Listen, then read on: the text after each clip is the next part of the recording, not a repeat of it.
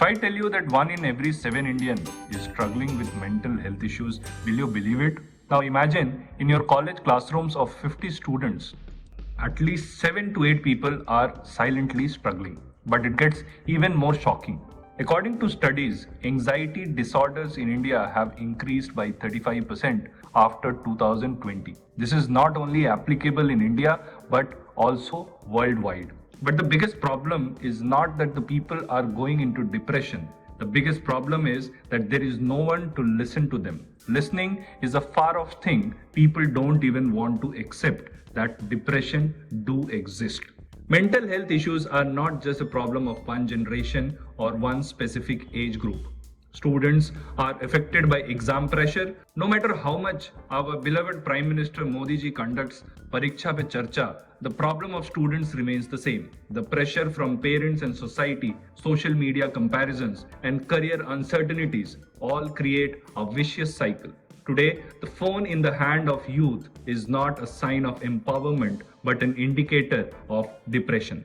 Professionals are troubled by burnout. The concept of work-life balance is limited to theories only. The rat race, financial stress, and career confusion all make life a constant struggle for the working professionals. The weekend has become a mode to forget stress, but relaxation is still not happening. Working parents are neither able to fulfill their duties as parents nor do their work. The nuclear family structure and financial pressure have created a never-ending guilt trip. There is no time to spend with children and no peace for themselves. Even elderly people are struggling with loneliness. After the breakdown of joint families, the elderly feel isolated. The struggle of migrant families is also part of this. Children are busy in new cities, and at home, parents or grandparents are living in a sort of emotional isolation. This has a direct impact on mental health. But there is a country, a smaller one in Africa, where a simple initiative has changed people's lives. Despite the shortage of mental health professionals, we are talking about Zimbabwe. A very small initiative has created a revolution. In 2006, Dr. Dixon Chibanda introduced a game-changing model called the Friendship Bench Project. This concept is very simple yet powerful. Trained grandmothers and grandparents sit on public benches in Zimbabwe, and people come and share their thoughts, stress, anxiety, sadness, tension, whatever is on their mind. They just listen without any judgment, without giving any opinions, and without giving any advices. What happened by just listening with empathy? The symptoms of depression and anxiety have dramatically reduced. People got an emotional outlet without any financial burden. And grandparents found a new purpose of life, and their loneliness also went away. So, what are we recommending here? We are not recommending you to go to Zimbabwe. There's no need to go to Zimbabwe. There are projects in India working on the same concepts.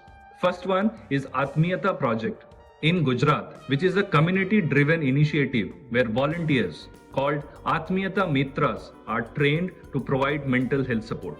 These people, like the grandmothers in Zimbabwe, just listen without any judgment and pressure. The other one is Manas, Mental Health and Normalcy Augmentation System. This is an initiative by the Government of India that works as a digital mental health platform. It provides counseling and emotional support which is easily accessible to all the people of this country. Can this model work in India? Now think for a second. This can definitely be replicated in India. And how we can do that? There is a way to convert old age homes into mental wellness centers. Imagine if our old age homes are not just places to live but becomes a mental health rehabilitation center. A win-win situation can be created for both the parties. Residents of old age homes will find a new purpose. Youth can share their thoughts without the fear of what will people say. And elderly trained as empathetic listeners can become a new age career in counseling. Just one rule: no judgment, no advice, only listen. If you also want this change to come to India, then you can like this video, share it with your friends and family, and comment. Will you support these kind of initiatives? We will meet with another inspiring story. Until then, remember, listening is the biggest gift you can give to someone. Thank you.